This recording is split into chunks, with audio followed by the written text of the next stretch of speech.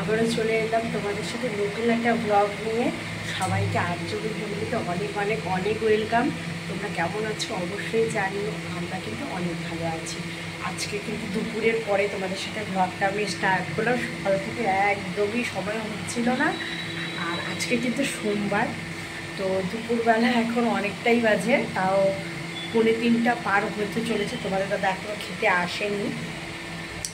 স্নান করে তোমাদের দাদা সকালবেলা পুজো দিয়ে গেছিলো, তো আমি স্নান টান সেরে ওই যে মামা মোদিকে ঘুমোচ্ছে, ওকে হচ্ছে তো স্নান টান করিয়ে ঘুম পাড়িয়ে দিয়েছে। ও ঘুম থেকে উঠে খাওয়া দাওয়া করবে। আর এখন আমি হচ্ছে একটা কাজ করব, সেটা হচ্ছে কি বলো তো, এই যে দেখো বড়া বানাবো, আলুর বড়া বানাবো। তো তার জন্য আমি সব রেডি করে রেখেছি, জাস্ট বানাবো গরম গরম। তো তোমাদের দাদাকে বললাম যে তাড়াতাড়ি বানাবো, তুমি তাড়াতাড়ি চলে আসো, তাহলে গরম গরম খেতে ভালো লাগবে, তাই না? আর আজকে রান্না করছি হচ্ছে ছোলার ডাল, তার সাথে হচ্ছে তোমার বড়া থাকবে আর কাঁকরোল ভাজা। আর তোমাদের দাদা যদি ডিমের অমলেট খেতে চায় সেটা বানিয়ে দেবো। তো আজকে আমরা এগুলো দিয়েই খাওয়া দাওয়া করব। আর ওদিকে হচ্ছে বলতে গেলে সমস্ত কাজ তো কমপ্লিট, এখন শুধু বড়াটা বানিয়ে খাবো। আর তোমাদের দাদা তো এখনও আসেনি।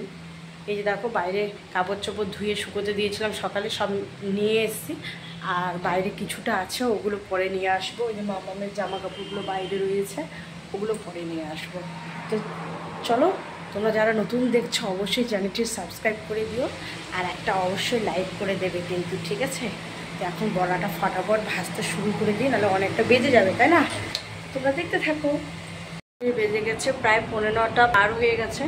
তো এখন রুটি করব, তার সাথে কি করব ভেবে পাচ্ছি না। তোমাদের দাদা তো এখনও আসেনি ডিউটি থেকে। আর মাম্মাম জাস্ট ঘুমোলো, ওই যে দেখো ওর ঘুম পেয়েছে। দুপুরবেলা বেশি ঘুমায়নি, অল্প একটু ঘুমিয়েছিল, তো খুব কান্নাকাটি করছিল ঘুমোর জন্য। তো আমি তো জানি ও এখন যদি ঘুমোয় তাহলে রাত্রেবেলা মানে খুব ডিস্টার্ব করবে, তাড়াতাড়ি ঘুমোবে না। কিন্তু কি করবো, যদি না ঘুমোয় তাহলে আবার বেশি মানে খুব কান্নাকাটি করবে। তো ভাবলাম ঠিক আছে ঘুমাক, রাত্রে না হয় একটু লেট করে ঘুমোবে। আর আমি ওদিকে গ্যাসের মধ্যে গরম জলটা বসিয়ে দিয়েছি, গরম জলটা হয়ে গেছে। এই যে সব রেডি করেছি, রুটিটা বানাবো। ততক্ষণে তোমাদের দাদাও চলে আসবে হয়তো। তারপরে হচ্ছে কি রান্না করব তার সাথে, মানে ভাজা রাতে খাওয়ার জন্য, সেটা দেখতে হবে। তো তোমরা দেখো, ব্লগটা অবশ্যই ভালো লাগবে, ঠিক আছে? তো যাই হোক, রুটির সাথে আলু ভাজা করেছি, ডিমের অমলেট, আর দুপুরের একটু ছোলার ডাল ছিল, আলু সেদ্ধ ছিল, এগুলো দিয়ে খেয়ে নিয়েছি। আর কাঁচা পেঁয়াজ তো রয়েইছে। তো এগুলো হলে তোমাদের দাদার হচ্ছে ফেভারিট খাবার, এগুলো হলে আর কিছুই লাগে না।